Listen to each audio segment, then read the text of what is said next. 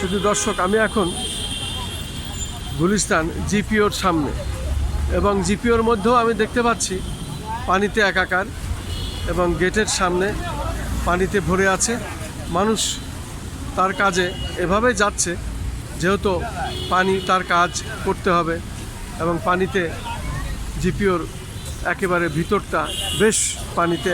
রাস্তার সামনে থেকে গুলিস্তানের যে গেটটি, জিপিওর প্রধান যে গেটটি, সেটি আমি দেখতে পাচ্ছি এইভাবে পানিতে পরিপূর্ণ।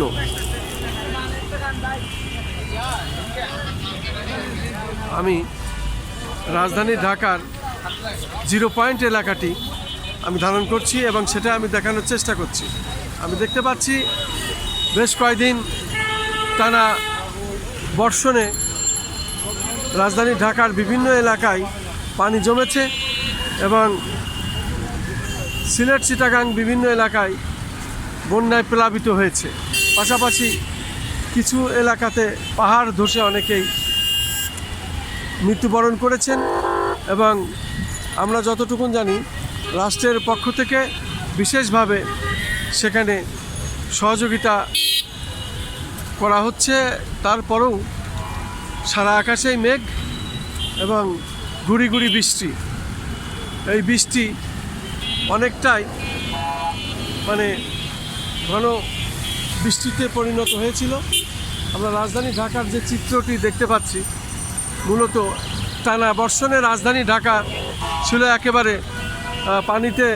বিভিন্ন এলাকা, রাজধানীর নিচু এলাকা ডুবে, এবং আমরা এখন মোটামুটি দেখতে পাচ্ছি কিছুটা বৃষ্টি কমলে, এবং এই 0 পয়েন্ট এলাকাটা আমরা দেখতে পাচ্ছি, যেহেতু এই এলাকাটা সবসময় গাড়ির জ্যাম থাকে, আমরা ট্রাফিক পুলিশদের দেখতে পাচ্ছি, এবং ট্রাফিক তার দায়িত্ব পালন করছে যথাযথই আমরা দেখতে পাচ্ছি। পাশাপাশি পাশেই বাংলাদেশ সচিবালয়, এবং এই পাশটা মূলত মানুষের সবসময় জ্যাম লেগে থাকে, যেহেতু অত্যন্ত জনগুরুত্বপূর্ণ এলাকা, এবং মানুষের সবসময় চলাফেরা, এবং পাবলিক পরিবহন থেকে সমস্ত পরিবহন এই এলাকায় বেশি বেশি চলাফেরা করে। আমরা দেখতে পাচ্ছি মানুষ একটু বৃষ্টি থেমে যাওয়ায় আবার সমস্ত পরিবহন এবং রাস্তায় মানুষ নেমে এসেছে। আমরা দেখতে পাচ্ছি মোটামুটি গুলিস্তান এলাকা এবং 0 পয়েন্ট এলাকার দৃশ্যটি আমি দেখাচ্ছি। এখন বৃষ্টি থেমে যাওয়ায় মানুষ বেশ পথে আবার নেমে এসেছে। আমরা দেখতে পাচ্ছি তাদের কাজে কর্মে আবার মানুষ গতি ফিরে পেয়েছে, সেটাই আমি ধারণ করছি এবং সেটাই আমি দেখিয়ে যাচ্ছি। আমি খন্দকার মাসুদুজ্জামান, রাজধানী ঢাকার বিভিন্ন স্পট আমি এইভাবেই দেখিয়ে যাচ্ছি।